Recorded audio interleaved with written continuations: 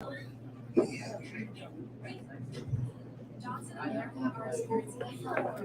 set? Yeah.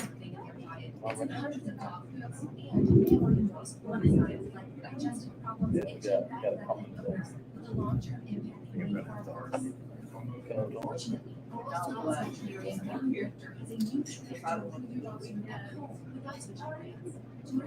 Doug Peterson coming back to town this Sunday. Eagles, Jaguars. Gonna be a rainy day. Jaguars. Jaguars, as our friends over the pond said. Yeah, it's shaping up to be a wet one. Yeah, no, it's if it doesn't get too monsoony, we'll be out there. I'm really hoping it doesn't, or at least holds off on the monsoon until closer to game time, because we've got some company coming up, I should say. Oh yeah, Coach Joey coming up from Jacksonville to cheer on his Eagles with a bunch of his family and friends, some of which are Jaguars fans. It's okay. You don't have to change it up now. I sprung that on you a bit late. But yeah, I'm certainly excited to get a podcast, get a live show, much even more so, with the three of us. Yeah, no kidding. It's going to be great having Joey in person. Be the first time to actually meet him in person. We obviously do episodes with him typically twice a week. I know our big episode that we're going to have Bring It to the Bank podcast on as well got rained out due to them being in Jacksonville and Hurricane Ian knocking out their power 5 minutes before we went live. So we moved our preview show to today. But again, another live show here at Throwback Sports Lounge, the mecca of Hocassin, drinking a delicious blue milk smoothie sour ale from Magnified Brewing. Yeah, I had your thumb over it. I had an educated guess. I ruined that for you. I'm sorry. Educated guess. Not too bad. It's growing on me. It doesn't taste like beer. It tastes like pre-workout. It tastes like blue raspberry, and they'll explode for all you meatheads out there. Want a drink? If you want a little pre-workout late at night, blue milk is for you. There you go. But I know it's a very exclusive beverage that only came to a handful of places, one of which is here at Throwbacks. Just speaks to the level of places here, level of bars is that they get these craft breweries bringing in beers specifically for this bar. It's a great location. We're happy to be back here. I know we were here 3 weeks ago, and hey, Birds got a win. So we're 1-0 on following games at Throwbacks. Let's make it 4-0 on the season here on Sunday. Why don't we just dive right into some Eagles news? Avonte Maddox today, extremely surprising addition to the injury report. A fan, it looked like, caught a video of him through the fence at the NovaCare complex, needing to be carried off the field. I didn't see a single tweet. I didn't see a single report leading up to it. Like, how often do the Philadelphia Eagles team themselves break this news? No, seriously, it's so rare that when how many reporters typically are right on top of things, even saying who's on the side field practicing rather than with the main team. And then out of nowhere, you see Avonte Maddox ruled out Sunday, and it was very quickly from injury happening to being ruled out. So you have to at least imagine it's somewhat serious if they're able to pretty much immediately indicate that he is not going to be able to play on Sunday, which is a huge loss for the Eagles. We say it tons. He is the best slot corner in the NFL. And Christian Kirk, the number one wide receiver for Jacksonville, last week lined up 74% in the slot. So you were expecting to see a pretty heated matchup between Maddox and Kirk, where Gannon, to our surprise, has been playing more man. Right. So you're really hoping that we had Maddox in there, but it makes the C.J. Gardner-Johnson trade that more important, because while he is playing kind of that hybrid safety role for us, he played 90% slot corner with the Saints. We'll see what sort of adjustments Gannon makes with this, especially this late into the week. I mean, you got to imagine he was just hurt earlier this afternoon. Oh yeah, it happened at practice. Has been instilled as far as the defensive game plan. So yeah, you're right. I mean, the Jags, their stud wideout plays primarily in the slot. In addition to Avonte being an absolute playmaker as a nickel corner, there's a pretty big drop-off in talent when you're looking at his backups. I mean, they're going to have to play a lot more C.J. Gardner-Johnson. Oh, they're going to have to. C.J. Gardner-Johnson is going to be playing pretty much exclusively slot corner in this game, I would imagine. And then instead of looking more so at Avonte Maddox's backup, you're looking more at C.J. Gardner-Johnson's backup because there's a lesser drop between Avonte Maddox and C.J. G.J., as we call him, to the drop, as I do. Okay. C.J. G.J. I didn't know this was a podcast platform. Yeah, no, of course. You now have to call him that. But there's a much larger drop because now who's going to play? Reed Blankenship, Tavon Wallace.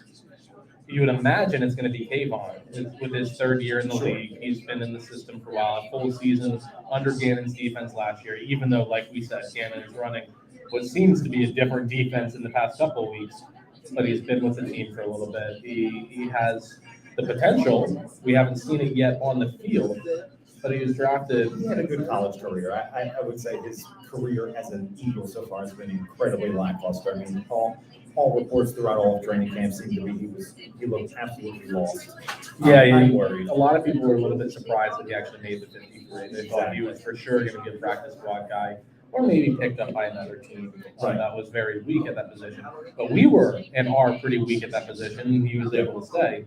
Possibly his saving grace, the fact that we were so weak at that position. Although Anthony Harris brought onto the practice squad, and then cut from the practice squad. Right. And I haven't seen anything of him being picked up anywhere. I kind of assumed that he was getting cut so that he could move on with his career, hopefully as a starter, but he must just not have been that good at all. No, I mean last year we said it all the time. He just wasn't very good. He's not a starting level safety in the NFL, but I mean to not even be a backup level safety. Where there must have been a steep drop off that we just hadn't heard. He's cleared waivers. They could sign him for whatever they want, and he's just not out there on the team. So, stinks for that. Phil, thanks for checking in, man. We are at your spot, Throwbacks. What's good, man? Appreciate you tuning in. I would imagine it's going to be Tavon Wallace. And look, with the way that we've been playing defense recently, it takes a little bit of pressure off of that safety position. Where it's not so much we need that deep safety net and we need them to really step up. They're going to be exclusively covering a guy. It's a lot more of they're more of a backup role. Yeah, and if we had to have a safety go down against anybody on our schedule, you take a look at how this Jags offense has operated over the first 3 weeks of the season, and although they've been very efficient, they haven't been giving anybody to. I mean, this team, you see the offense run, and it's they're a yak team. They're absolutely just a very efficient, being very smart with the ball. You look at what Trevor Lawrence has been doing. You look at how Doug Peterson's been running this offense, and it's very just make a quick first read and get the ball out of your hands and let the playmakers do the playmakers. Yeah, and look, Doug Peterson is obviously a huge talking point in this game. First game back in Philadelphia since he was fired from the team. I would imagine he's going to get a unanimously positive welcome. Yeah, I mean, anybody that beat writer saying that the Philly fans were going to boo Doug Peterson. Yeah, it wasn't Mike Florio. Get out of here. No, 0% chance. Standing ovation from everybody in attendance. He'll probably get a video from the team up on the jumbotron, a tribute. He's going to have panties thrown at him from the sidelines. There's going to be absolutely no negativity. No, and look, when we beat him, we'll be very happy. But look, the funny stat that I'm sure everybody's seen, it went semi-viral. At 2 wins, he is the 5th winningest coach in Jaguars history. How pathetic of a franchise. With 2 wins, tying Urban Myers, the worst coach in NFL history. Doug Peterson, Jags legend. No kidding. Top 5. We're bringing top 5 back. Top 5 Jacksonville Jaguars coaches. Doug Peterson cracks the list. Don't ask me because I couldn't name 5. No, I could name 2. Urban Myers, Doug Peterson. Tom Coughlin. Oh, there you go. There we go. I got 3. Yeah. Hey. But some of the matchups that obviously Christian Kirk against DJ GJ is going to be a matchup to watch. Reed Blankenship or Tavon Wallace being out there are going to be a matchup to watch anytime they go in there. But something that kind of concerns me is you look at Trevor Lawrence. He's got a top 10 release rate. He's just over 2.5 seconds. Yeah. And if you look at his stats against the blitz, he is very well against the blitz. So you're going to really have to rely on what we saw last week in getting pressure quickly with only 4. Because when you blitz him, he seems to do a very good job of being able to find that guy that has lesser coverage because you have more people coming at the quarterback, less people drafting coverage. So you're going to really need to rely on Brandon Graham having another career game like he had last week, and Hassan Reddick hopefully continuing to carry that momentum from last week into this game. You're looking at Jordan Davis, Marlon Tuipulotu, all the guys, Milton Williams. Hopefully Javon Harder shows up. I'm just hoping these corners play good, solid defense. I hope that they're playing a lot of man defense this week.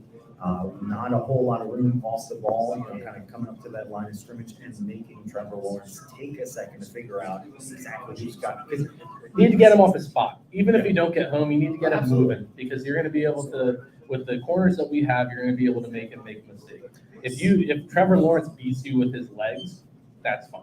They're not going to win a game on Trevor Lawrence's legs.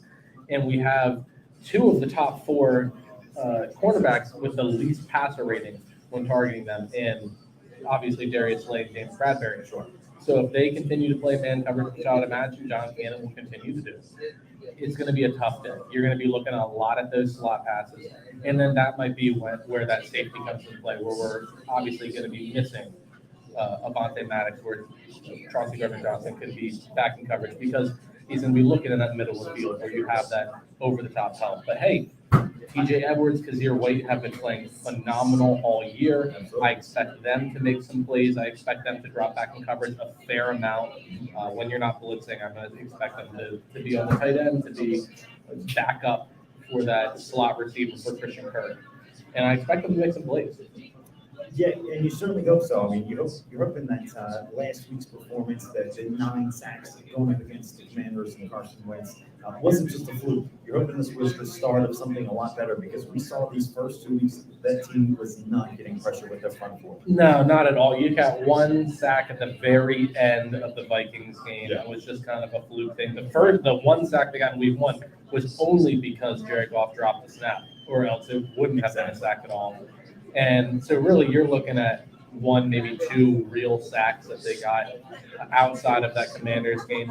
And I do not expect one bit that is the new norm for this defense. No, and especially and this week, I mean, with the Avonte Maddox injury, I expect to see a lot less pressure coming from the safeties, coming from the linebackers. I expect them to play a lot more vanilla. And just really hope that we can wait until Trevor Lawrence makes a mistake. Yeah, and it's going to be tough. Look, a lot of people were very quick to judge him extremely harshly. He was the so-called greatest quarterback prospect since Andrew Luck coming out of college and everything. And then you have Urban Meyers in a very lackluster supporting cast in Jacksonville, and people wrote him off pretty quickly. It wasn't even halfway through his rookie season that people were like, oh, geez, like, this guy is not nearly as good as advertised. And I think that was way too premature. I think this guy has just boatloads of talent. And if you give him the opportunity to make it pay, he's going to take advantage of those most of the time. Sure, and I think a lot of us wrote him off exactly because of Urban Meyer and him just game planning this team into complete and utter irrelevance. We saw so many plays last year where the Jags were just setting up these long 7-9 step drop back passes that were had to develop over the course of 2.5-3 seconds before he can even find the prime receiver. And Doug Peterson has just done a much better job of focusing on Trevor Lawrence's strengths, which are some of these small intermediate routes, a lot of timing-based routes. Yeah, quick timing, quick release passes. Very fundamentally sound football being played over the first 3 weeks of the season. No, for sure, and that's something that the Eagles haven't really seen. You got Jared Goff, who's in the bottom half of time to release. You got Carson Wentz, who obviously is notorious for holding on to the ball too long. Kirk Cousins, who you play him on Monday, and you're getting the worst of Kirk Cousins, although we played phenomenal defensively. And so it's something that we haven't really seen a lot of this year, and I'm really looking forward to seeing how our defense responds to it. I would imagine we do pretty well because it seems to be, at least in history, that if the defense and the opposing offense has time to just kind of make up a play, like we don't get pressure and everything, and then play develops, it seems like that's when we really start to fall off and then get some random 30-yard gain. But quickly, I don't see a lot of offenses having a lot of quick success other than maybe 5-6 yard chunk plays, which if you give up in rapid succession, they're going to be able to just march down the field. But I don't see that happen. Right. I think a lot of the key to this game is our corners being able to really stick their assignments, really jam the wideouts. Can't play 9 yards off the line. No, this Can't. team has been so good at being very efficient on first and second down, and just having very few third downs to even deal with over the course of the game. We need to make sure that we are right in their faces, making them call plays that Especially where Chauncey Gardner is going to be, right down in the lane. You're going to need him playing press, chop coverage, get him off his spot, because it's a timing thing. Like Coach Joey talked about it a lot with Justin Jefferson. We ended up not even needing to do that because Darius Slay out-caught him when in coverage.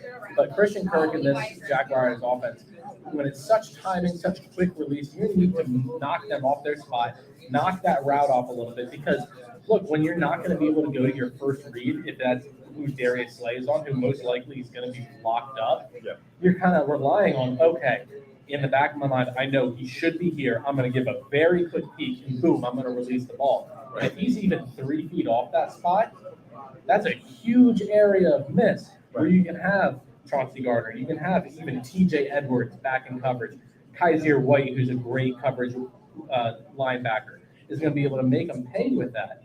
And so knock them off their spot early, get in their heads, get them aggravated. It's going to be our second home game. I expect even through the rain, it's going to be a very raucous crowd. Yes. We got my brother-in-law and my niece, her first Eagles game. Stinks that it's going to be a wet one. But I don't think she'll mind. 4-year-old Maisie is going to be out there just cheering her heart out. It's going to be a good time. But she's going to be there just wreaking havoc on Trevor Lawrence and his snap count. She's going to count for 50% of the crowd noise. Right, I mean, because you see this wide receiving core, you've got Zay Jones, we've talked enough about Christian Kirk, and we've got Marvin Jones. So it's a quality bunch, but I don't see them being much outside. No huge standout, just overall above average wide solid receiver. core, they're fairly good at route running. Yeah. They're not going to beat you deep. No, they're route running wide receivers. Right. They're fundamental wide receivers. Yeah, you've got the running game, you've got James Robinson, it seems like the bell cow of the line. Yeah, that's what I wanted to touch on next. Their running game does scare me.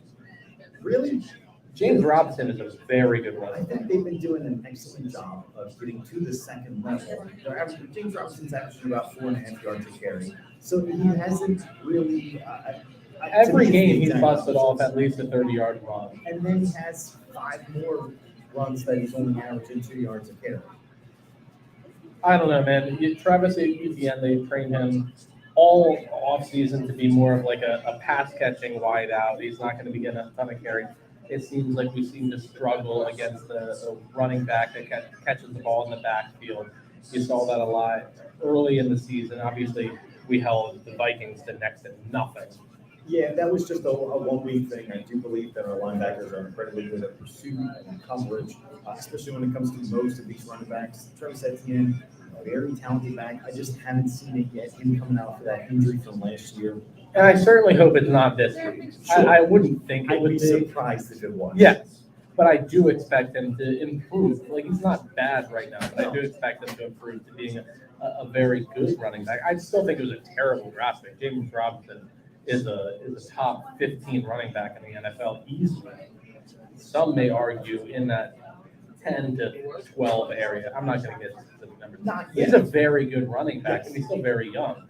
Spent a first-round pick on him. I think they had a lot of other needs there. Sure. But he still is very good, and he's going to have an impact on the game. It may be a very minor impact, but he's not going to be just held to absolutely nothing. I think they've done a very good job of picking plays that work on first and second down. It's been very consistent. You know, they've been faced very few third downs in relation to how many first downs they've had and how many long sustaining drives they've had throughout these first couple weeks. I do think, though, that we can almost completely stymie this run offense of the Jags. It's not something that I think for the most part we do, but then there is going to be that 1 or 2 20-plus yarder that we're like, oh man, like if you look at the box score, like we talked a lot last year, like a bunch of box score watchers, we go, what are you talking about? They had this, yeah, but you watch the game, it was 80% of that was in 2 plays that resulted in a punt and a field goal. I do feel as though they're going to have 2 to 3 plays where they get a 25-plus yard rush. Or if you look at the box score, you're like, man, they had a pretty effective running game. But if you really watch it, it's most of their runs for 4 or less yards and then 3 or 4 runs that broke off for a good little chunk. But I really see our red zone defense holding them to a lot of field goals. I don't see them getting much in the red zone as far as who even is their tight end. I don't know a ton about Jacksonville. I'm not going to lie to anybody here. Thanks, Joey, tuning in. I know you're going to be coming up the game. Can't wait to see you, bud. Absolutely ecstatic. Allie, thanks for checking in. So happy to be part of the VSA Sports Network. Anybody scan that QR code, you can go see all of our socials as well as our network socials. Great group. They pretty much, it seems like they're going live daily with great content. Yeah, every single day it seems like when I'm tuning in and catching them talking. No, and it's all great stuff. They have a new fantasy show now that's always really informative with Timmy and Ryan. Bill, Ryan, and Timmy do a great job just with their regular shows every week. So definitely tune into them. We're super happy to be part of this group. Joey knows a lot about Jacksonville. He'll fight them all before he goes. Good. So we got Joey fighting them. I will follow up, Joey. Yeah. Don't you worry. I'll have my sneakers laced up. I'll be warmed up, ready to go. Yes, sir. Yes, sir. Can't wait to see you. We're going to be at that tailgate just ready for you. Rain or shine, we're going to be there for you, bud. For you. So I think from week to week, what we've seen in the tape of the Jags that I have seen is that Doug Peterson's been doing a really good job, very similar to the Eagles this season, in exploiting matchups. Every single week, there seems to be another kind of hero throughout the game, whether it's Christian Kirk, whether it's Zay Jones last has week. had a great week last week, right? They're going to find whatever these matchups are. If they see something, if they see some weakness in safeties, then they might try to test us deep a couple times. Yeah, I mean, you've seen the past 2 weeks, just kind of various times Darius Slay has to go out. It seems like, what is it, the ankles that he's been kind It seems like he's had a little bit tender on. Injury, yeah. And so I would be surprised. And I'm actually relatively high on Zach McPherson. He gets a little handsy. Yeah. And sometimes he He gets has caught. in years past. We Yeah. haven't seen a whole lot of. No, but yeah, you only seen a handful of plays. But I wouldn't be surprised if when he gets on the field, they kind of right, that red dot player, Trevor Lawrence. Sure. Hey, whoever's on Zach, take a look at him first. He's your hot route. And he's your hot route. He's going to be getting these little 5-6 yard slants or quick outs, right? So be on the lookout for that. Just take it play by play. I'm interested to see how the Eagles respond and fill out this defense with the absence of Avonte Maddox. No, I'd be really curious, and I'd be curious to see if they do stick to a pretty good press man or just man coverage defense with that loss. Because look, we joke about a number of things in here, but I don't joke about Avonte Maddox. I believe is the best slot corner in the NFL. He is so talented, and hats off to Howard Roseman for locking him up early because he really needed to do that because he'd get a lot of money in the open market. So we locked him up pretty much the same time as locking up his best friend Dallas Goedert on 2 pretty team-friendly deals for guys that are easily top 5 in their position group. Sure. So it's gonna be really telling to see what they do if they continue to play a lot of man, if they play man on the outside but a little bit more zone in the middle because you're playing with some backup guys in there or even just guys that aren't playing their position that you originally had planned for the beginning of the year. I know we're talking a little defense here, but Joey brought up a great point there. With this inclement weather, the Jags defense is the #1 rated rush defense in the NFL. If this weather is coming where it's saying the rain's going to build throughout the day, and it's knocking down your ability to have a lot of offensive pass games here, we're going to need our offensive line to knock off whatever has been keeping them from being the best run blocking offensive line in the NFL. Yep. And do their job. And then we're going to need our running backs, obviously, to do their job. But it seems like it's a little bit of both. Guys not making the first initial read correctly, and then also not giving our guys many big holes to run through, where this was supposed to be our biggest strength. This is still the same unit from years past. This is still an excellent offensive line. I think this is the week that you do see this becoming a dominant rushing If you say it every week, it's going to happen one of them. I haven't said it every week, but I think weeks 2 and 3, and now 4. Stop! Don't stop calling me out. I think the Jaguars' defense or the run D is a bit overrated just because the teams they have jumped on some of these teams and have made them incredibly one-dimensional. So a lot of these teams have not been running the ball this Yeah, I mean, half. Jonathan Taylor's just an average running back. Okay, well, Jonathan Taylor isn't getting too many carries when they're down 24-0.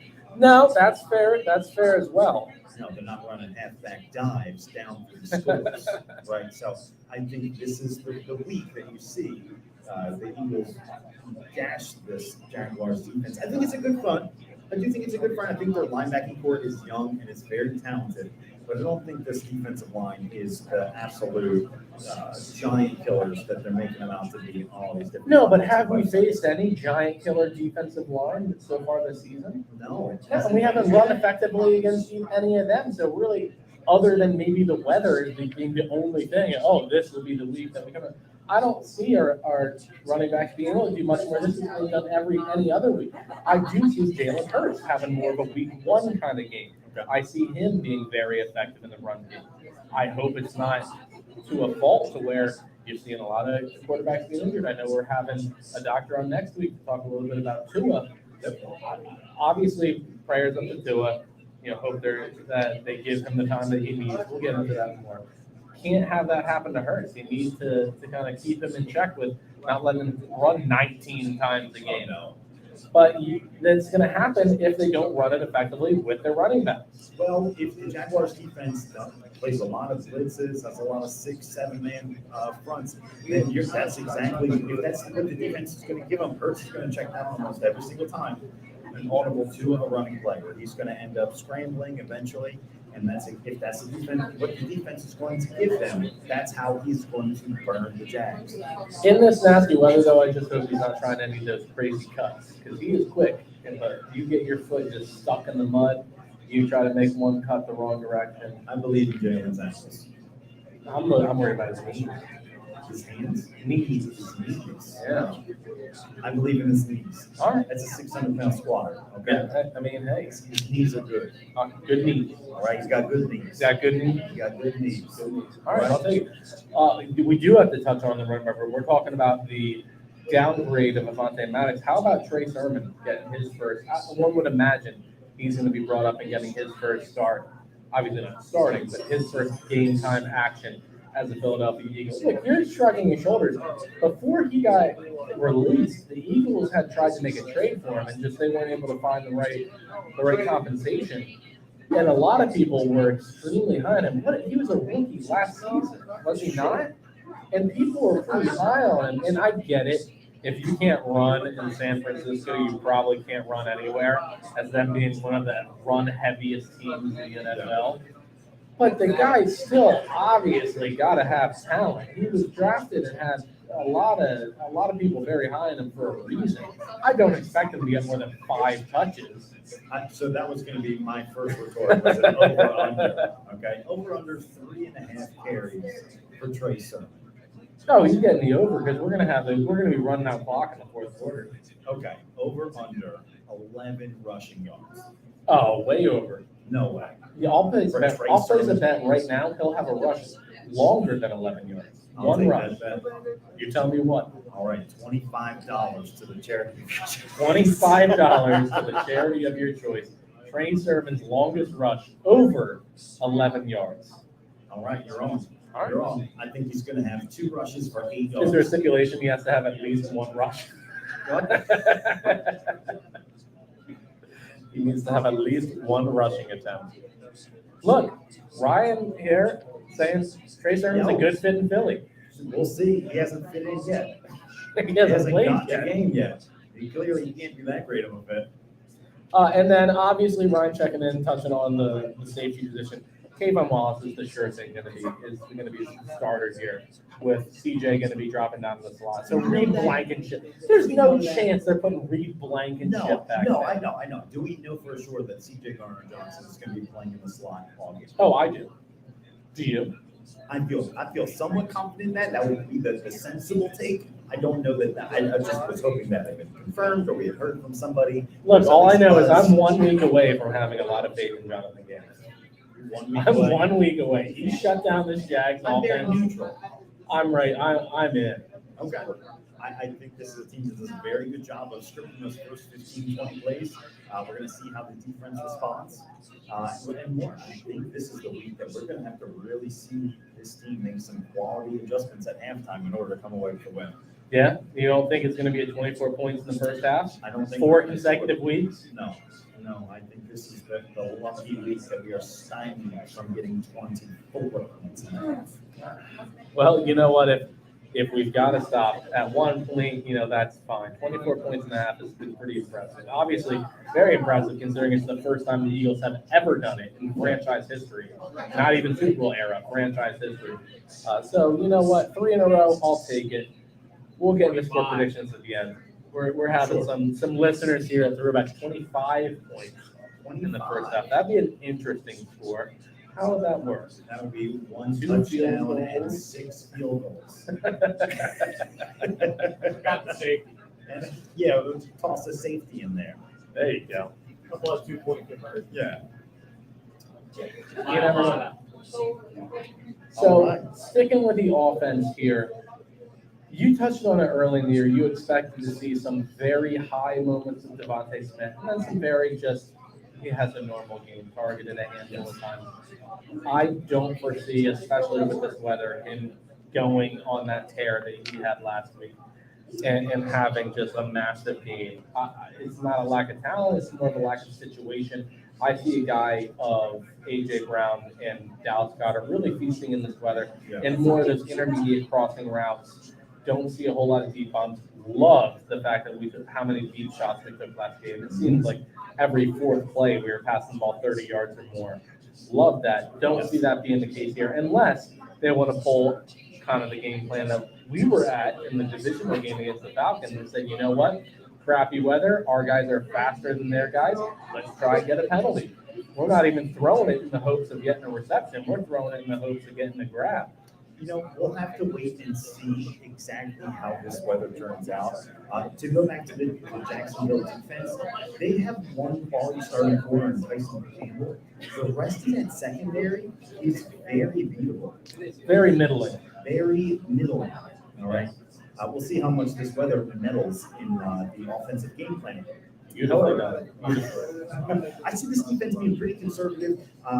Just after the game that Devonte Smith had, the season that A.J. Brown has had, I see them playing pretty deep, having the safeties play back more often than not. And I see this as being a huge game around those, having a lot of those QB routes thrown to Dallas Goedert. Yeah. I think he has had a One step closer to me winning that bet.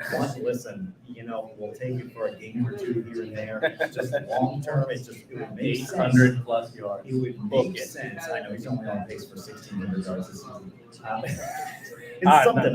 It's not Far 1,600. beneath that. He's on pace for like 900. But no, I see this as a really big game for him as far as just eating up yards in the middle of the field. I think this is the game where he has his season high in receptions. Oh, wow. Yeah. I just think the matchups are so favorable for him. Let's quickly jump to an early over-under. Over-under 8.5 receptions, Dallas Goedert. Okay, so It's a good number, that right? was exactly where I would. You expect him to get throw 8.5. How, Yeah, I would have, yes, 8 and then. where he kicks it off his heel for an bobble interception? pass that he ends up catching that, but he wasn't the intended target. No, I'm gonna go under. I think he hits right at 8, and then he just does not, he fails to receive 8 in any other game from here on out. He doesn't get 8 any other game from here on out. No. Wow. Don't let me shake on that. 8 catches. I would actually agree with the under. I'm kind of thinking more that 6 to 8 range. I do think it's a good game for him, but I don't see him getting more than 8 receptions. You talk about it being a very rushing. I don't see game. Jalen I throwing don't more than see- 30 passes. Exactly. I think he is the number one receiver as far as target share, but I don't see anybody. No, A.J. having- Brown's getting 1 million targets. Out of the 30 So- passes, A.J. Brown's getting 17 of them. The very first time the Eagles are in the red zone, they will be targeting exclusively A.J. Brown. This is a guy who just had his second child this week. Oh, They're yeah. Looking to reward A.J. him. Brown He's Jr. Absolutely giving targets in the red zone, the predominant lineup. Glad I waited on an A.J. Brown jersey because you know how great that Brown senior is going to look rather than just that Brown. He said he's keeping it for this week, but who knows? Yeah, he said for now he's Yeah. leaving it at Brown. I'm waiting for that Brown senior to drop. Getting that Kelly Green Brown. I just can't wait to see so many people with their duct tape Wentz jerseys write senior in black electrical tape. No, seriously, our friend of the podcast, Jimmy Kempsky, was looking at a bunch of the A.J. Brown over the Wentz tape jerseys in Washington. Yep. And set the over-under, and it quickly passed that. Or that wasn't Jimmy Kempsky, that was another friend. But hey, Jimmy Kempsky They're all friends. gave a D- to the Commanders' food for their food spread. He does the food spread reviews. Okay. Give him a D-. Just one more thing that stadium is awful. Yeah, and he said it was very close. At least have some redeeming quality. You don't have a good football team. You don't have a good concession stand. It's not a very high quality or comfortable He stadium. said the eggs, because they get there very early, the media crew, he said they were gray. Eggs? The scrambled eggs. Like the media typically gets there early, so they have Yes, breakfast for them. I haven't had gray eggs since high school football. Yeah, so they were gray. It's because they come in packs of 150 eggs cooked in one batch. Like the aluminum foil just rubs off. Something like that. I would never pay for that. I would never feel like that was a reward. No, no. I mean, he didn't pay for it. I know. But I know. D-. Shout out to Kempsky though, getting 20,000 steps every game day. I believe it. I believe it. I mean, he's probably got running laps before and after. Needs to. He does these food reviews. He said he packs on the pound.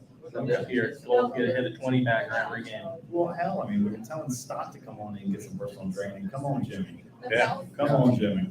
Get some personal training. Invitation. He'll train you. He's Get big. bulked up, right? I got muscles. He does. You I do. can find you some gear. There you go. He can be in the gear, hitting it hard. No, it's. I'd love to see those articles on 50 minutes of NFL like that.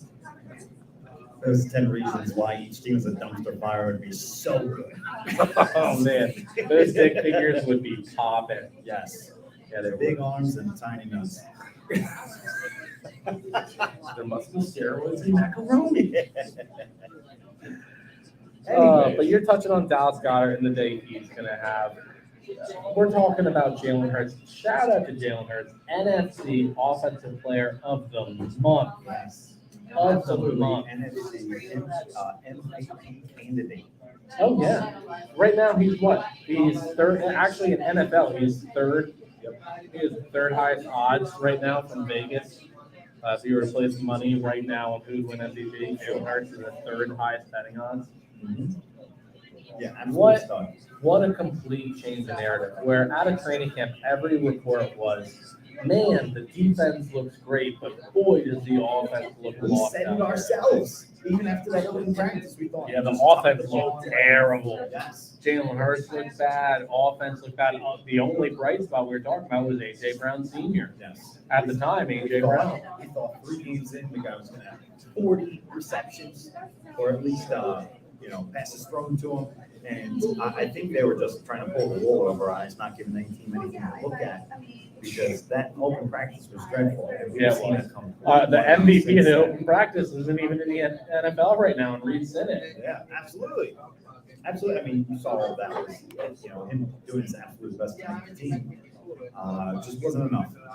No, I don't want to touch on that. Make me sad. It's okay. Mom's a great fan of the I podcast. think this Jags defense, though, does, shout out to Senate's mom. Yeah, Molly Simmons, shout out. Jags, they Stay away from Zach Wilson. their secondary is the weakest part of this defense. I think their linebackers, are, especially Devin Wallace. He is He's been insane. playing absolutely. 2 interceptions, lights a out. ridiculous amount of tackles. I mean, he was on a lot of Eagles fans' radar for a reason come draft time. And it's a defense that has a lot of takeaways there. They've had They do. 7 so far. But fortunately, we're working with a stud in Jalen Hurts. That Yeah, his has not- one takeaway was really more of Kenny Gainwell's fault. Exactly. That was than his own. 100% Kenny Gainwell's fault. Give him 95. He just It was a little high. No, it was 100% kidding. Give him He's a 95. professional 95. football player, 95. off the fingertips and into the sky. 95. He's going to get intercepted 95% of the time. Jalen Hurts has been incredibly safe with the ball when it comes to not throwing into a bad coverage, not putting it in a spot that anybody other than his intended. And when target can needing receive. to thread the needle, he has. Yeah, he's done a fantastic job no matter which way you're looking at it. So this team, this vaunted Jags defense that has been doing an incredibly good job of turning over the ball, I don't see that happening or continuing in week 4. No? Over under 1.5 turnovers for the Eagles offense. Under. Really? Under.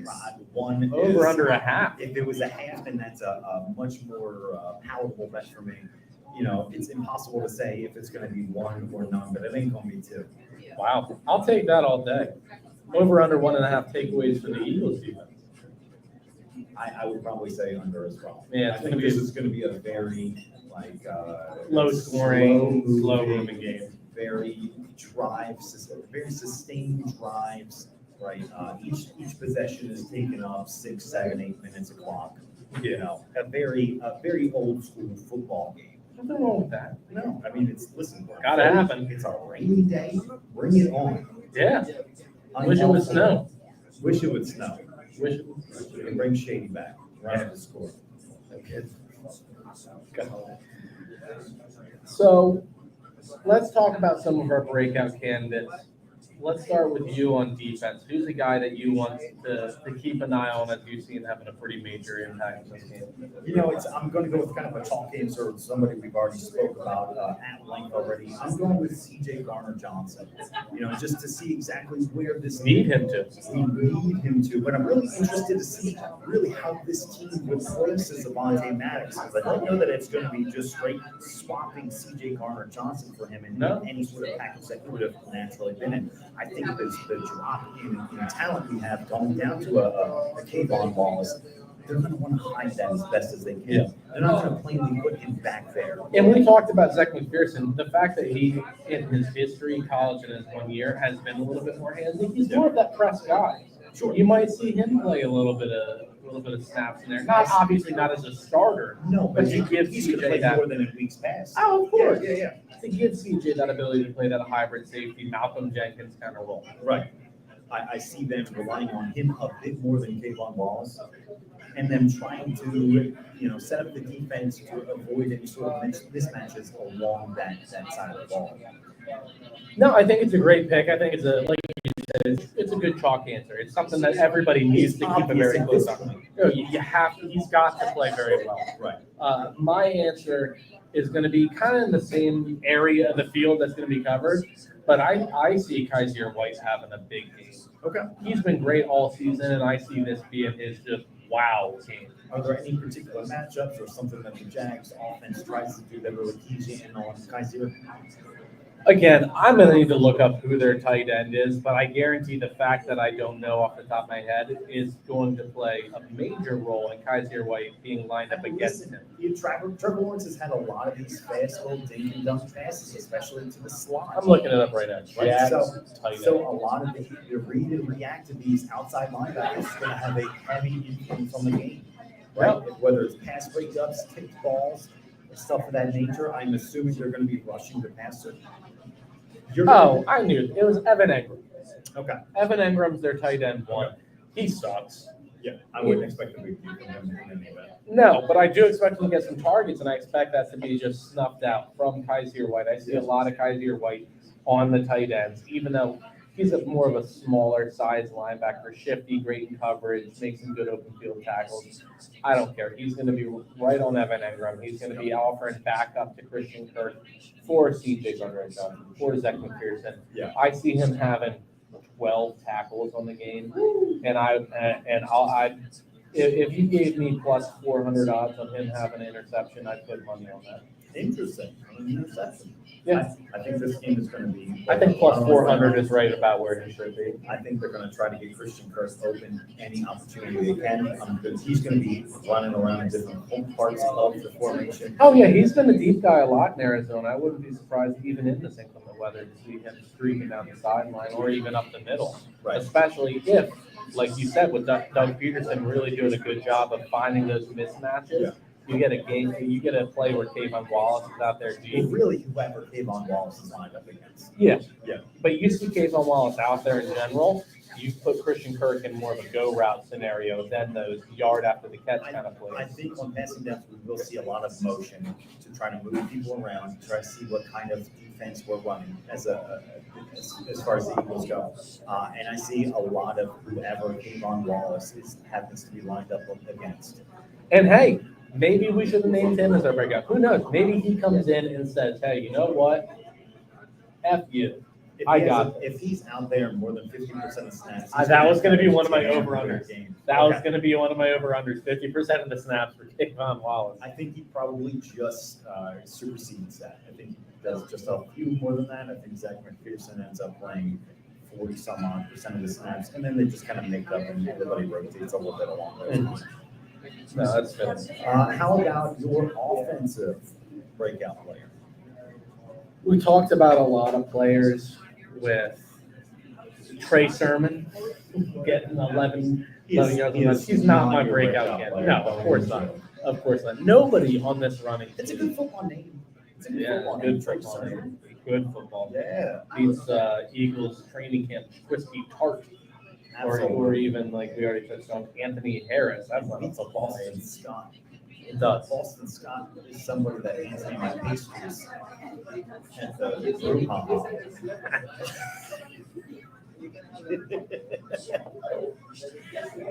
It does. No, Trey Sermon's not my pick. We could go a number of different receiver route, but like we touched on, don't see there being a super heavy passing game. Yeah. I'm going to go a relatively boring answer, but my offensive breakout player to watch is going to be Landon Dickerson. Awesome. He's been a top 5 pass blocking guard so far in the NFL this season, which was his biggest weakness last year. His biggest strength was his run blocking. Yep. I don't foresee there being one specific rusher that goes off. I see them giving a pretty good committee role this week, even though Sanders has gotten more of a bell cow role throughout the season. But I see a lot of holes being made on that left side of the offensive line with Landon Dickerson right in the middle of it. I see him having a very solid game. Already, like I said, pass blocking, you don't see any free rushers up that left side after week 1. Sure. And I think he's going to have a game where, again, you may not hear his name called a lot, but as an offensive lineman, that's a great thing. I think just moving just a little bit even further outside, the Jags have had Josh Allen playing lights out at defensive end. He seems to be playing on different sides of the ball depending on the formations, what kind of side of the hash they're on. So either one of our tackles are going to have a standout game. Right. Yeah. So you kind of expect it. You already know Mailata's going to go there and get a pancake. Add it to the stack, baby. I expect to not hear Lane Johnson's name a whole lot. Mailata, if I had to pick and choose, I would say they would line Josh Allen more often than not up against him. So he's going to be certainly. He outreaches everyone in the NFL. He outweighs everyone in the NFL.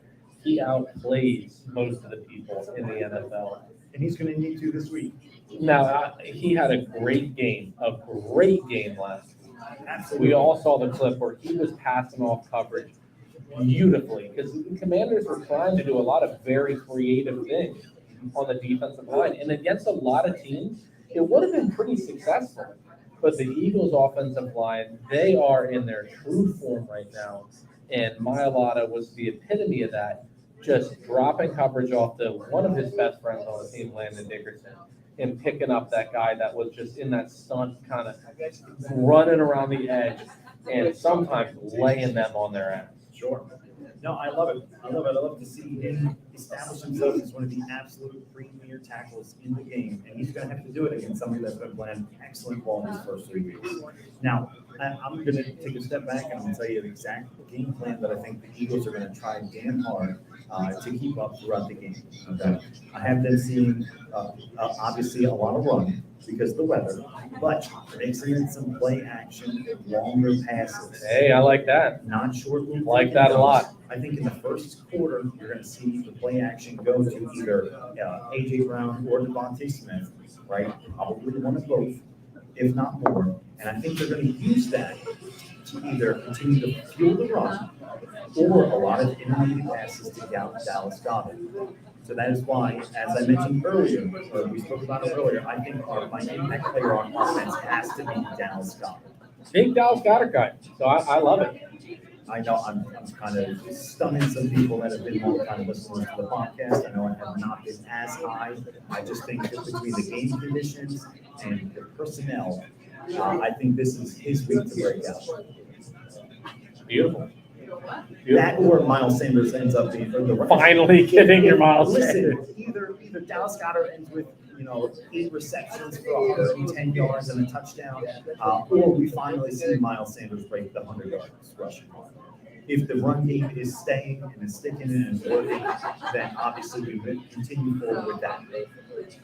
I would like to see that happen. And like I said, I think Landon Dickerson is going to play a crucial role in that run blocking. I see it being more of a little bit of a committee this week. Just kind of a gut feel, and I go with that. There's really, in these inclement weather, you find what works and usually stick with it, like Right. a la Shady and the Snowball. We may But- find that Gainwell is having a hell of a game in this inclement weather. And But stick with for it. whatever reason, I have a gut feeling that it's just going to be more of everybody's pretty efficient in the down. I mean, if we try to rush the ball 35 times this game, Somebody's gonna go. Obviously, there's going to be more carries spread throughout. And again, it may very well happen that Gainwell or someone else, Trey Sermon, ends up playing even better in this inclement weather. We just don't know that. No, I can't say that for certain. Certainly not enough to put my neck out and make him an impact player. But if this defense, if Dallas doesn't end up commanding a lot of targets over the middle of the field, I think it's going to end up being a very big Miles Sanders thing. Yes. No, I would like to see that happen. He's been healthy, which is one of the biggest knocks that we had over the preseason. Week 1 was very solid. Would love to see, especially for the 19th time in this weather, to see him have just a great impact performance. And he's certainly fit to do that. He's an above-average running back, and he needs to start having some good games, especially in this contract year, which we've said a number of times, don't see him being an Eagle next season. No. But if he wants to get a good contract, he's going to need to start putting up some of these better games behind one of the better offensive lines, if not the best offensive line in the NFL, who has been healthy so far through the season, needs to have a 100-plus yard game, especially against the number one run defense in the NFL. That really makes a statement. Last year, we went up against the Saints, and that was the big what's what in the NFL talk. Who's going to punch first? Is the Eagles' rush offense going to stay number 1 in the NFL? Is the Saints' rush defense going to stop them? We ran all over them. Yeah. And I tell you what, through 3 games, Miles Sanders hasn't had a bad game per se. But if you're looking Last back, week wasn't good. if you're moving into one of these contract negotiations, Howie Roseman's looking at this and going, "Listen, man, you're only averaging." Yeah, I'll give you $3 million a year. Right. He's not earning a whole lot more than that. No, No. but not even on the money side, he needs to start playing to where even if he's not playing on the Eagles, that he's going to be a starter somewhere. Sure. You got a lot of teams that was like, yeah, we'd love to have you on our team in a committee. Right. Absolutely. He is a strong running back candidate for part of a committee, maybe a two-headed monster, kind of a 1A, 1B situation. Look, I see him, if this trajectory continues, being an Alexander Madison type player, a phenomenal second piece to an offense, like top handcuff in fantasy. Sure. Like Dalvin Cook goes down, that's the number 1 handcuff you want to grab in fantasy.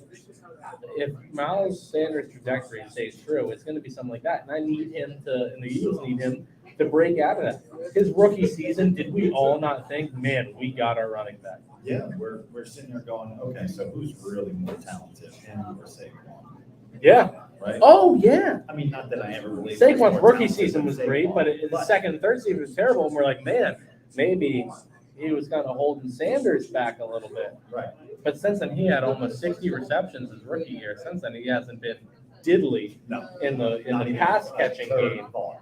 No. And his running, one year it seems to be a home run guy that gets a bunch of carries for 3 yards Seen it and this 1 year. carry for 70. Yeah. But then recently it's been, no, I'm just going to carry most of the balls for 4 yards. 4 or 5 yards a carry pretty consistently. Never really breaking anything.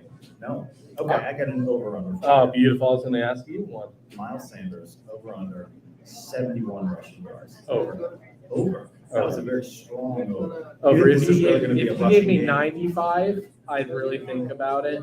I think he'll be over. And honestly, I wouldn't be surprised if he's over that at the half, but still doesn't get 100 because they go to. Over-unders lately, according to you. I have failed to make you even think about some of these. Well, then make me think about one. Now, I think he's going to be 50 to 70 at the half, but not get a whole lot after that because I do see them being like, you know what, crappy weather. We're going to just run the clock out. Let's get Gainwell some carries. Let's get Sermon some carries. They haven't really been given Gainwell some carries in some of these instances. They need to. A handful, but really They need has to. not been even a second thought in running down the clock. Kenny G is a Kenny G has phenomenal running not back. gotten any shine this year, which is exactly what I don't think Trey Sermon's going to. Listen, over the course of the podcast, I've moved from 2 carries for 8 yards to maybe 5 for 13. But I don't see anybody, they have not shown me anything that says anybody other than Miles is going to get the lion's share of these carries, no matter how this game turns out. Hey, we're going to find out. I would love to see a bit more of a committee. I'd love to see some of these guys play. I'd love You to saw it a lot see- last year, I especially would- when Sanders was out. You saw a full-on committee. You had 3 guys get 80-plus yards. And Hurts, Howard, and Scott, they all went 80-plus in a score. Need to see Don't it. forget Pascal's gonna get that. Yeah, Pascal's going to get a rushing yard for minus. He's been over under 1.5 rushing attempts for Zach Pascal. Jatan, what do you got there? Well, what do you got? Something sweet. It better be a smooch. Get over here. Ooh, onion rings and mott sticks. Sean just asked for a big smoochie. I don't know. Not if you've had a couple onion rings. Yeah, before the onion ring. Oh, what if he Yes, eats mozzarella yes, you sticks? can have Can a he, mozzarella can he stick. still I'll kiss still give you you a after? Go Mott's first, and he'll still kiss you. Just do a little nibble of the mozz and we'll Over under on the amount of tongue. we'll lady in the tramping. I hope it's a stretch. Is it hot? Yeah, is it hot enough to get the Mott stretchy? Oh boy. Got an over under for you. Okay. Over under 27 and a half pass attempts, Jalen Hurts. I'm gonna go slightly under. Yeah? Slightly under. I probably say Really? he settles around the 25, 26 mark. That's a good over under, unlike any of mine. I do, however, have one final one that I think is gonna be quality, but you might just prove it. Over under 6.5 second half points for our Birds. Oh boy. That's not even 2 field goals now. That's not 1, that's not 2. That's either 3 or a score. Oh Touchdown. boy. They have to make the extra. You point. know what? I'm going over. I'm booking. This is the week, ladies and gentlemen. Week 1 we had 14 second half points, and we damn well needed them. The rest of the game, we haven't done anything. Is he back there? What, He's you playing? a regular. He's asking. He's playing. we're You hopping back on the? No, he's hopping back on the heads up poker challenge. What's going on, my man? What's up, fellas? Back in action. You got to buy some drinks, get some raffle tickets. We got some great prizes today. I have been. It's There fun. you go, my man. He's looking to take his man's money. That's what he said. No, it's a redemption. He kicked my ass yesterday. He said, "I got pocket rockets. Raise me, I dare you." Hold on. Oh, you got okay. You buying into this week being a redemption or a revenge game for Doug Peterson? What do you think his mindset is coming into this Philadelphia Eagles week? His mindset is more on, I hope they cheer me, which they will. I think he knows we're going to cheer him. He better damn well know we're going to cheer him. He's going to get a standing O. for But at is- least Does 15 he have seconds. a chip on his shoulder this week? And if so, how does that change or alter his play call? I don't think it's as big of a chip as a lot of people think. I think if Carson was still the quarterback, it would be a bag of Lay's Yeah. kettle cooked chips. Right. But the fact that Carson left shortly after Doug did, he's kind of like, well, And not to Great. mention, he got a job with Press Taylor as his offensive coordinator. He kind of got what he wanted, just in a different city. yeah. You know, plus with the recent success of the Jags, I don't see it being much of an issue, nor do I think it's going to alter any sort of play calling whatsoever. So, like, No. how much revenge is The this? biggest thing that's going to alter play calling is what we've said 90 times in the weather. Exactly. If the Jags were to happen to be up 38-10, just like they were last week, and not that that's going to happen, right? Do you think Doug Peterson is going to try to run up the score? No. He's going deep, and he's just being relentless, aggressive. Actually, pushing the clock. you know what? I do. Yeah. I do see him wanting to score as many points as possible. I don't see him succeeding in that, but I do see him trying a lot of fast-paced offense. I see him trying a lot of. You know, we touched on it last week. I see a lot of jet sweep, double reverse kind of plays. Interesting. Here's a great over-under for you. Over-under pass attempts not made by Trevor Lawrence from the Jaguars. 0.5. I'm going to go 0.5. I'm going to go over. Yeah, There's you gonna be- have to. There's going to be more. If I went like 2.5, that's when I would start questioning it. Yeah. I wouldn't be surprised if there's 2. Okay. Hey, Jen. Hey, Jen, you want a Frisbee me an onion ring there? Just Frisbee one. I'll catch it. Oh, boo. There you go. All right. I have an That's a over-under good onion for ring. you as well. Yeah, fucking choose. Over under 4.5. Fourth down from Doug Pearson. That was on. Sucker, baby. They're going for it on fourth down 4.5 times. Big balls, Doug. You know what? I'm going to call a celebrity shot here. Big Drew out in the audience. Over under 4.5 fourth down attempts from Doug Peterson. He's mulling over his answer. Going under. Yeah, I don't know if they're going to have that many fourth down. You don't Fourth think so? downs. I think this team has done a really good job moving the ball first and second down. They have struggled a bit when they don't make it, and they're in the kind of the bottom half of the league as far as third down conversions. I think if anything, we do see a little razzle dazzle as far as Doug's play calling and him going for it on fourth down. Is he going to bring the Philly special back? He better not. Is he going to do it? That would be his revenge. That would be it That right would there. be his revenge. That would be right so there. disrespectful. Philly, you see Trevor Lawrence start to audible and. But you know what would happen? You know what happened? Marcus Epps. If that happens, I hope it doesn't. Because look, I have no ill will to the Jaguars other than this week. You give me any other week, I'm going to cheer I'm probably for you. rooting for him. Yeah. If they try the Philly special, Marcus Epps might end Trevor Lawrence's career. He is just like primey. Please. We have shades of Sheldon Brown on red. Oh, that's exactly what I was thinking. Reaching up for the ball, not even looking where he's and going. just seeing that long hair just fly as his body. Sunshine. There he is. Look, a year or like many years ago, yesterday, remember the Titans was released. So it's fitting that Trevor Lawrence, Sunshine, is On going to the just 17th anniversary. exactly. He's going to have his shit kicked in. Oh man! All right, got another over/under for you there. Going back to the defensive side of the ball for the Eagles, over/under 2.5 sacks. Under.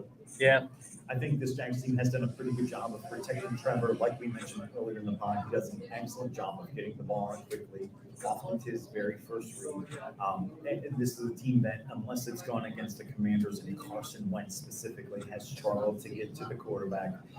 This is probably 1 or 2 sacks on the day if I was a betting man. I'm going to go over, and it's really dumb because You bet two against the Commanders. We will gloss over that. it's really dumb of me too because we said it a bunch. It's going to be a more run-heavy offense on both sides of the ball. we really don't know how that No, we weather is going to really change. We do. the game We're that plan. Yep. I know. Maybe not you so much. I might know. I have as many concussions as Tua has. More. Okay. Have your fingers ever done the this is my strong hand? No, I had worse. Yeah. Unconscious for 20 minutes. Brain bleed. Seizure. Okay. Yeah. That Get explains to a my lot. level, That Tua. explains a Yeah, lot. you wonder what's wrong with me? There's your answer.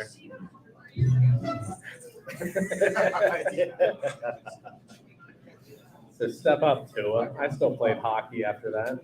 Pussy. Had 3 points in a JV semifinals in high school. All assists. Reds. All yeah. Oh, there it is. Yep. Oceans, what's that? Oceans 11, 12? Ocean's 11. All Reds. Oh, nice. Look at Peter, right? Yeah. Yeah. See, I know. We talked about you on the pod, actually. Another episode, not the one here. It means I help. We brought you back up. Yeah, Peter checking in with the Ocean's 11 plug. All Reds. Great movie. Never seen it.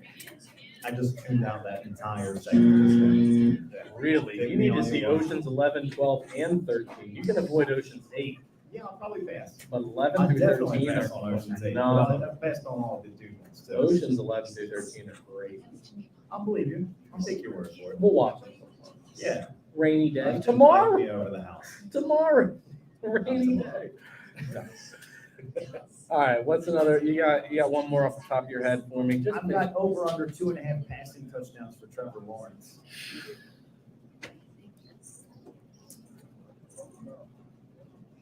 That's a tough one. Where's my soundboard? I want to play sounds that screw you up. All right, play us out. Which Pick one is one. this one? No, that's awful. See, I don't know the board. Hit another one. We need a producer. Try it. We need a- You motherfucker. Try it. Yeah, that was good enough. Let's go. Yeah. You're still buying time. I mean, It's dead to me. 2.5 passing touchdowns. You know what? This may be a little bit of a sneak peek to my score prediction. I'm going to go over. Interesting. Yeah, Okay. He's getting 3.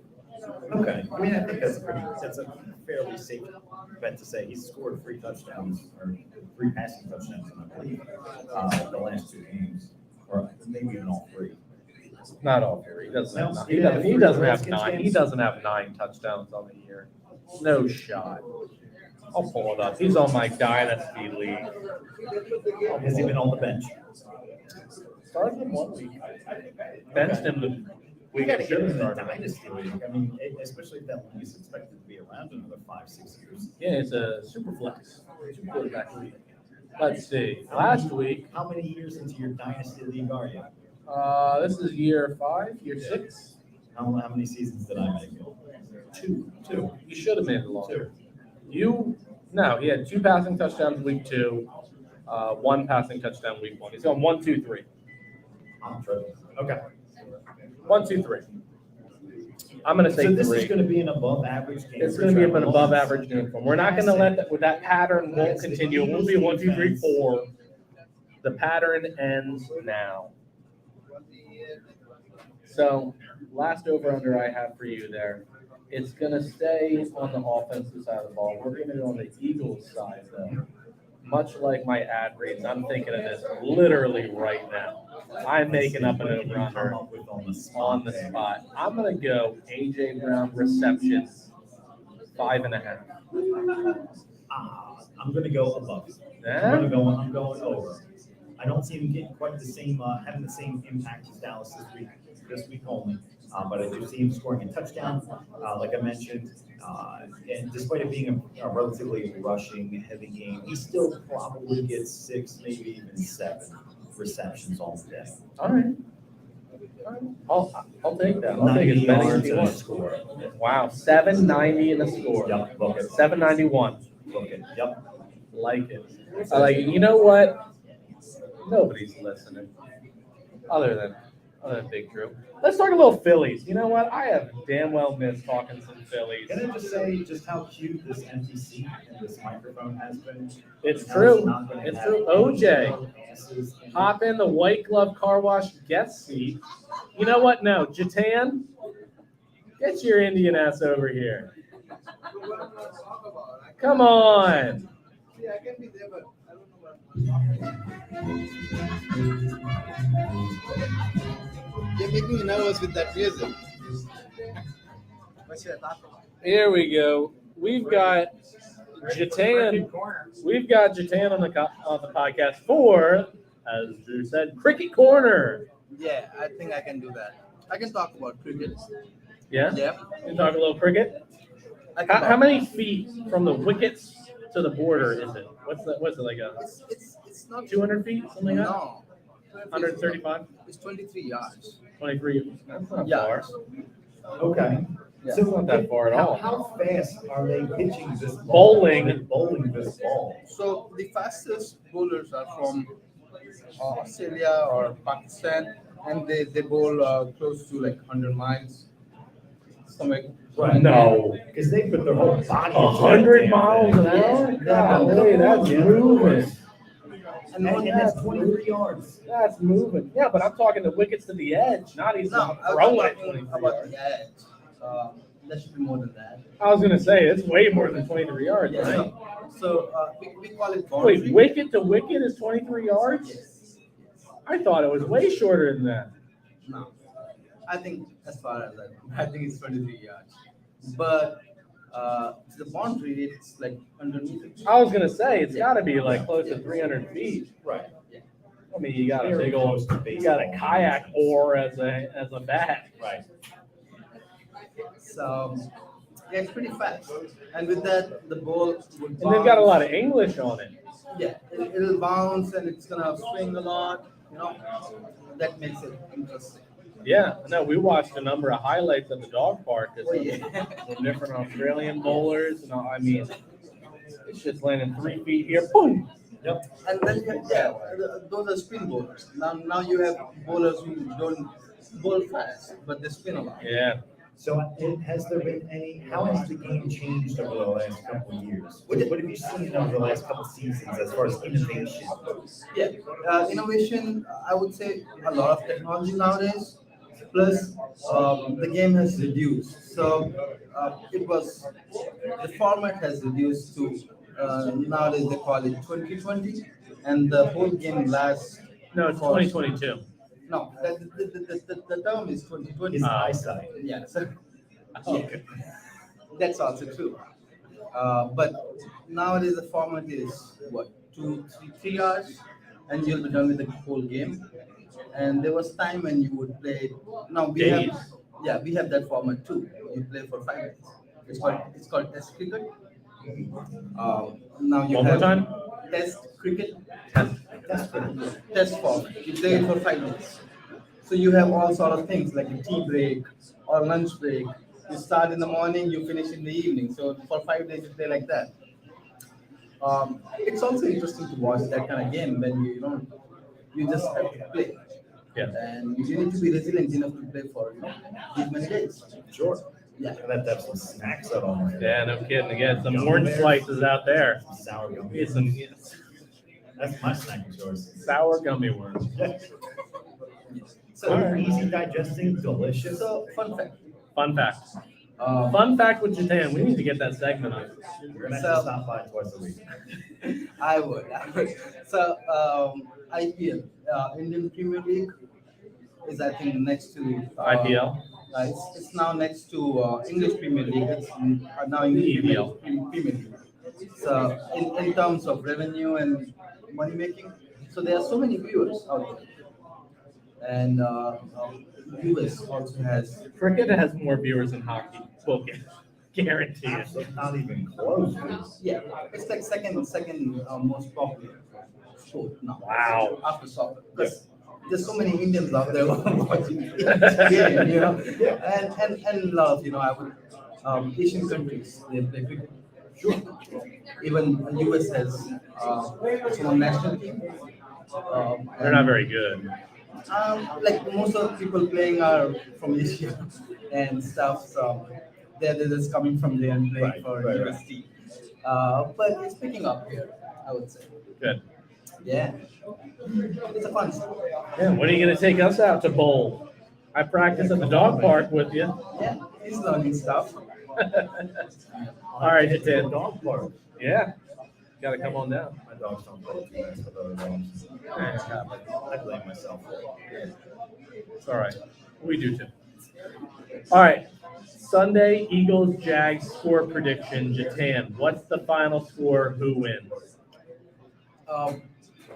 Eagles should win. I hope he says 2-1. Okay. And score, I just say the difference. It should be 10 points or maybe 15 points. Wow, Okay. 10 to 15 Eagles victory. I like that a lot. They're getting 6.5 points. So they're giving 6.5 points. So we're still going birds. We're on birds and the points. Yes. Good teams win, great teams cover. All right. Final score. Throw two numbers out there that are 10 numbers apart. Yeah, I was actually doing that, but let me put a little bit of things. 24, 18. 24 to 18. That's not 10 points, but I haven't been to math class in a long time. I usually relegate most of the math skills to my calculator. However, 10 points. 24-18, 10-point difference. Hey, Right. well, thank you for Cricket Corner. We look forward to bowling with I you. would come up again with more facts. No, we just grabbed you right out of the crowd, so we appreciate Thank you you, making thank the you. time. Thank you so much. Lots of field goals. We'll be on the lookout, man. Yep, Sloppy thanks. game. Oh yeah, oh yeah. So I guess score prediction, unless Mr. Housefield wants to hop on, talk a little birds. We got the White Glove Car Wash guest mic here. You get 5 raffle tickets. Jatan, you get 5 raffle tickets for hopping on.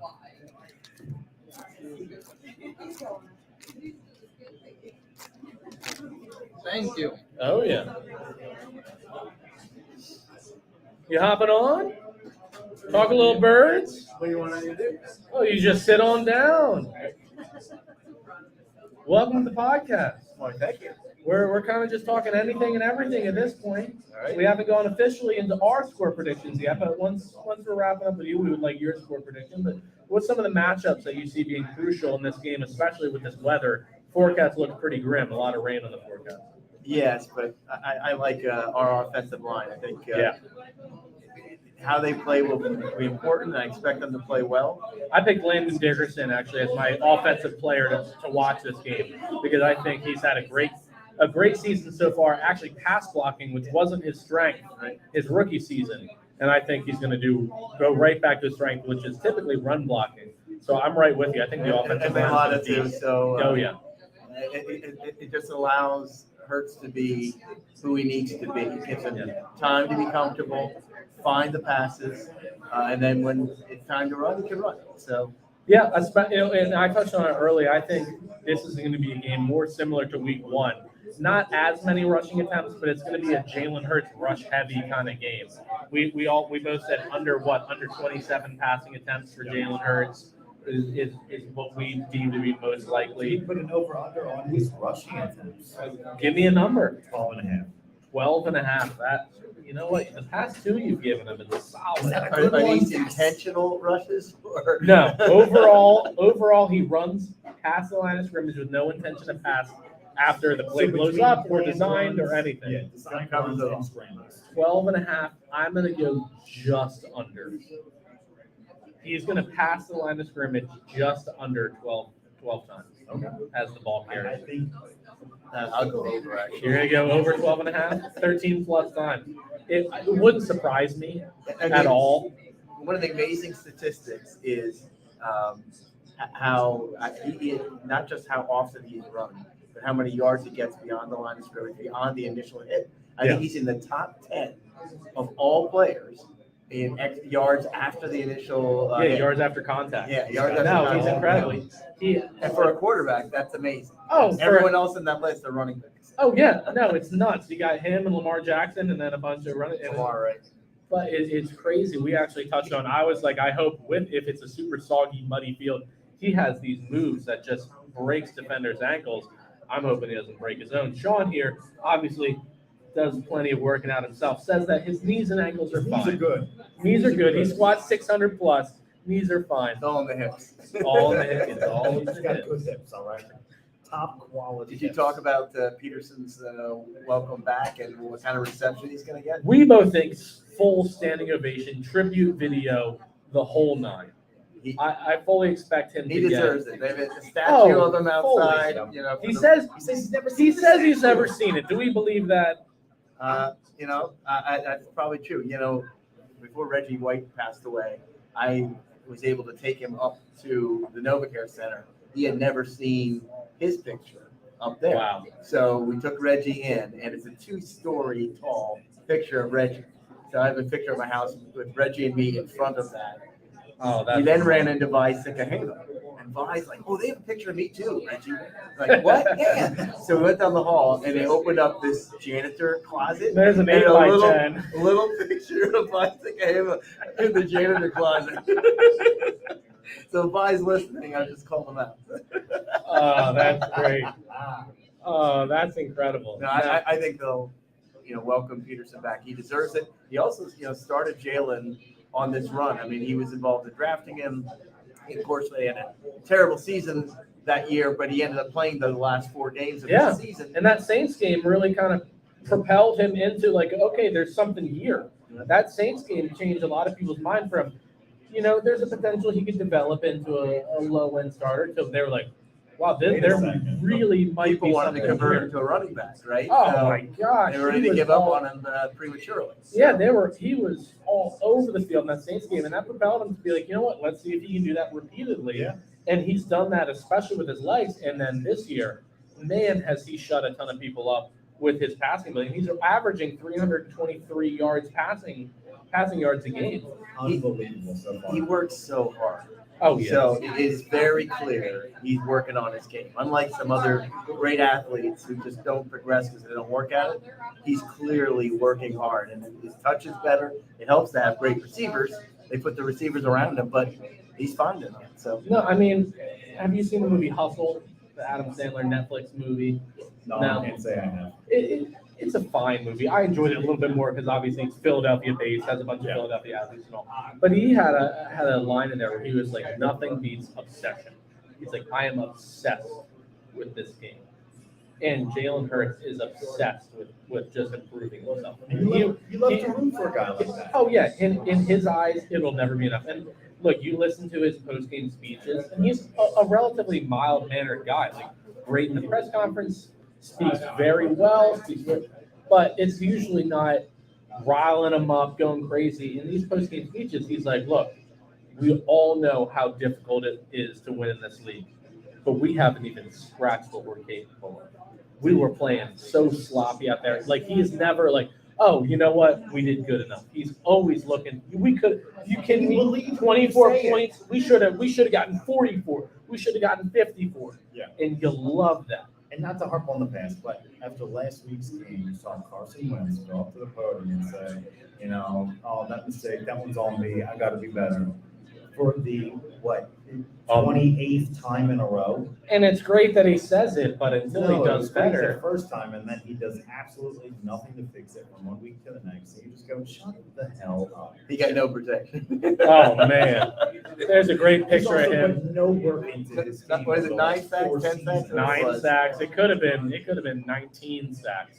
So did you guys predict the score?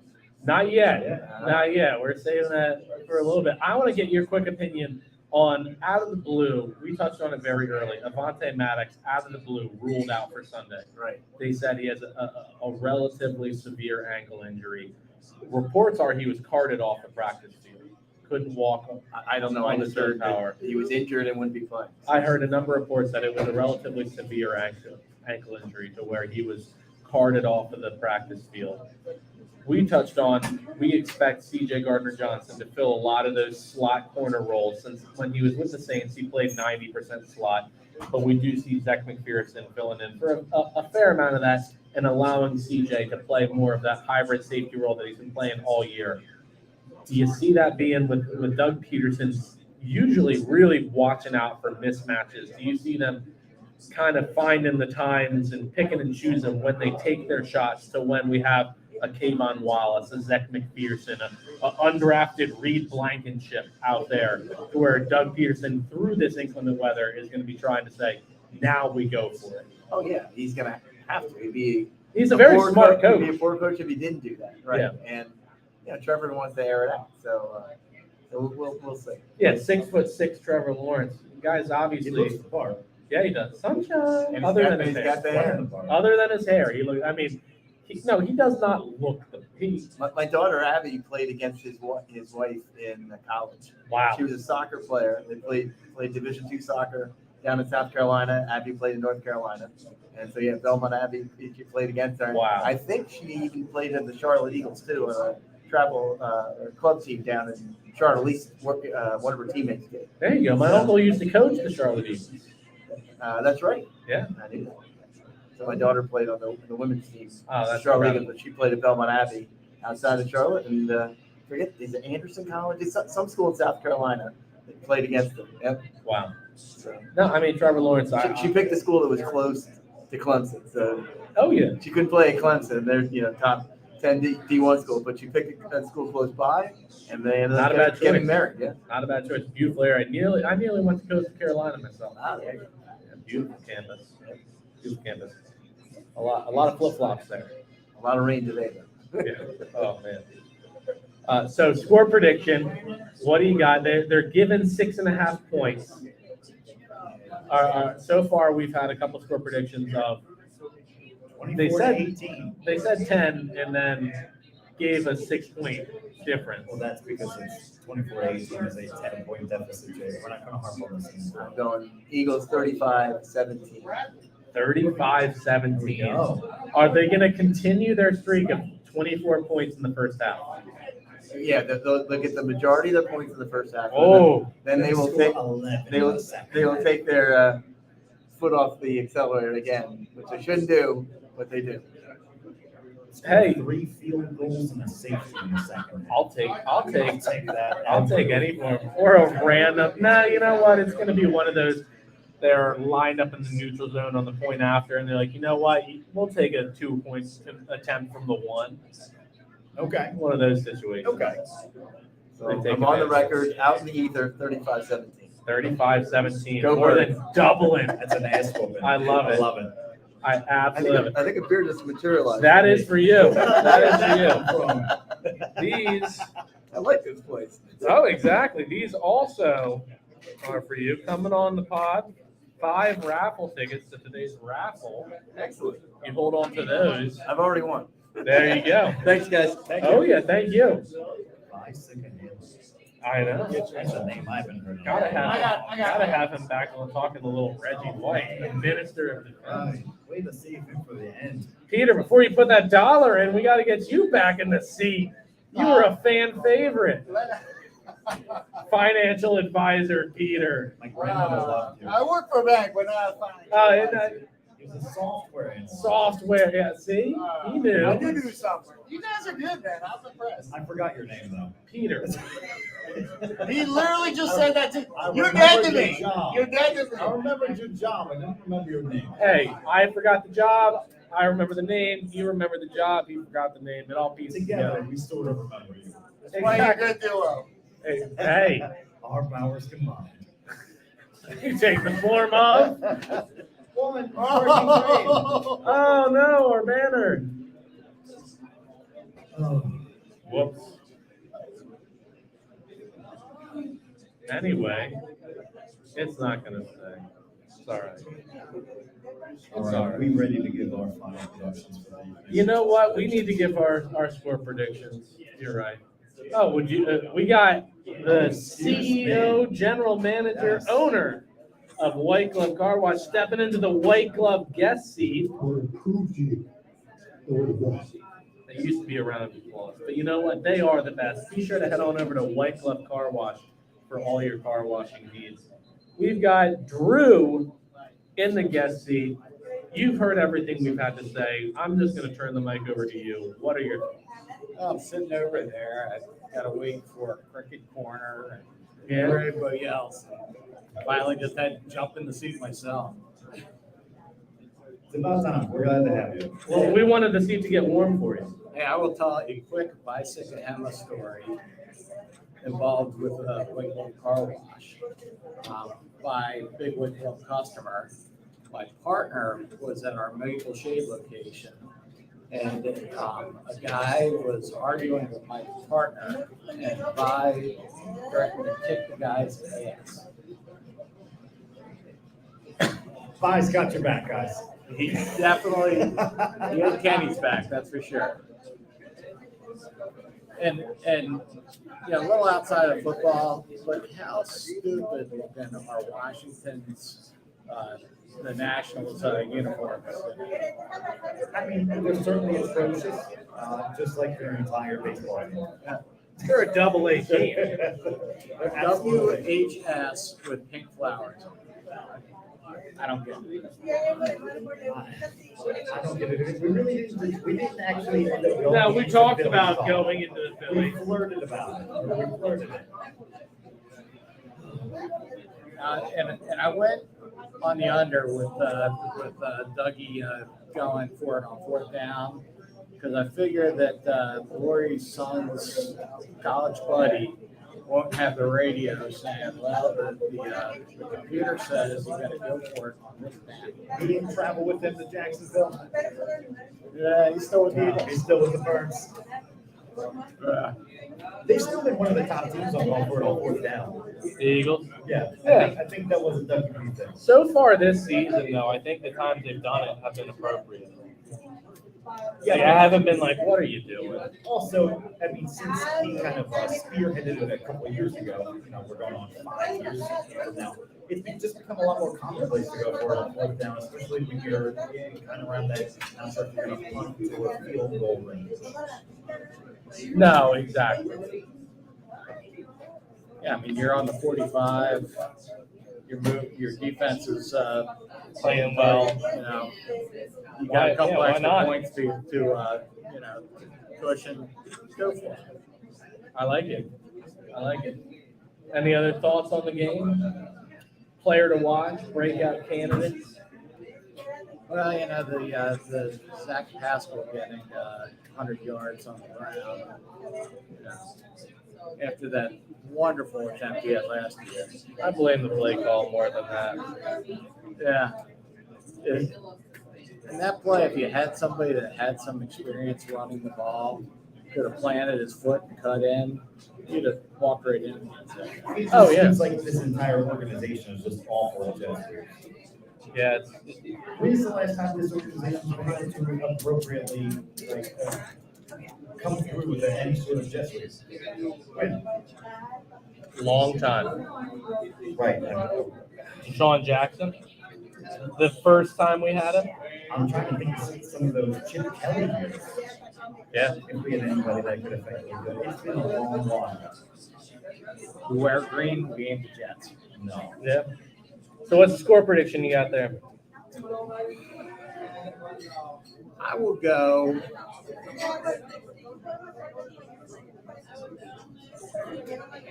27. 17. All right, so it's 10-point deficit or victory. A true 10-point victory. Yes, we are getting a field goal in the second half. 24 first half, Yes. 3 in the And second. here's your over and under. Over under yards of the longest field goal of the game. 53. I mean, with the weather, you got to assume it's going to be the under. I haven't even seen this lineup for a 53 or feels like maybe I just haven't been paying attention to the Well, it's for distance. either team, but I would take the under there. I'm gonna go with the under just because I can't remember the last time this team even attempted a 50-point start. Yeah, it's been a while. That's been still 4. I mean, thank goodness we haven't been in this situation. We're like, man, we need the 3 points here. Yeah. Even better question would have been an over and under on Jake Elliott points. Big Peter with the big win. There he is. Flex on him, software analytics. Good way to get that win all night, ladies and gentlemen. Big moment for a software banker. Well, great show, boys. I appreciate it. Thank you for hopping on. Yep. All right, Sean, it's that time of the night. Score prediction. Would you like me to go first, or would you like to take the reins? I can go first. All right. All right, so I have this being a very evenly keeled, very competitive bout all throughout. Really each team going back and forth, not getting any more than about 7 points ahead of one another. I have this being largely a fairly low-scoring affair throughout the first half with a bit more offense in the second half, so I would have gone with over for the 6.5 points. If you are betting with the Eagles giving the Jags 6.5 points, I would tell you to take the Jags. But I have You haven't been good against the spread, so I'll take it. yeah. But I have the Eagles taking this one 27-24. Okay. All right. So you take the points, but ultimately the Eagles take this one. It's in Philadelphia. We all see that it's lost over that. This is a home game. WP's in the building. There's going to be a lot of fans out and loud. Oh yeah. Oh yeah. I mean, I'm Not to also. mention we're fist fighting in the parking lot ahead of the game. Yeah, we've got a fight already lined up. Joey's going to be fighting whoever. We're backing him up. To be determined, but I will be joining it as well. Thank you. Yeah, we're gonna be backing them up. So I'm looking forward to that. Getting wet and rowdy. All right, Jake. Final prediction: Eagles, Jags, Week 4. All right, so I already gave that Trevor Lawrence is gonna have 3 passing touchdowns, but that's gonna be it for the extent of their offense. They're getting 21 points. Okay. Lock it in, write that down now. Jaguars are getting 21, but the Eagles are getting 31. Another 10-point margin of victory. 31. I hope you guys are onto something here. 31, Multiple score 21. And it's going to be actually most in the second half. Okay. Most in the second half. Okay. So Yeah. our offense is making quality adjustments. It's going to be a pretty tight game. I actually think the Jaguars might have a 14-10 lead at half, but then we come out 3 touchdowns in the second half. I think this is the game where we have a considerable amount of time where we're actually playing from behind. Yeah, we get 3 touchdowns in the second half. They get 1, maybe even early, to where like, oh man, this really is something to be worried about. Where it might even be, it might even be 21-17 in the third quarter, but then we pack on another 14 in the fourth. And but the drive's going to start in the third. I'm getting real deep here. The drive's going to start in the third, but we're going to score technically in the fourth, and then we're going to pack another one on late. All right, so I'm going to end the feed here, and we can draw some tickets.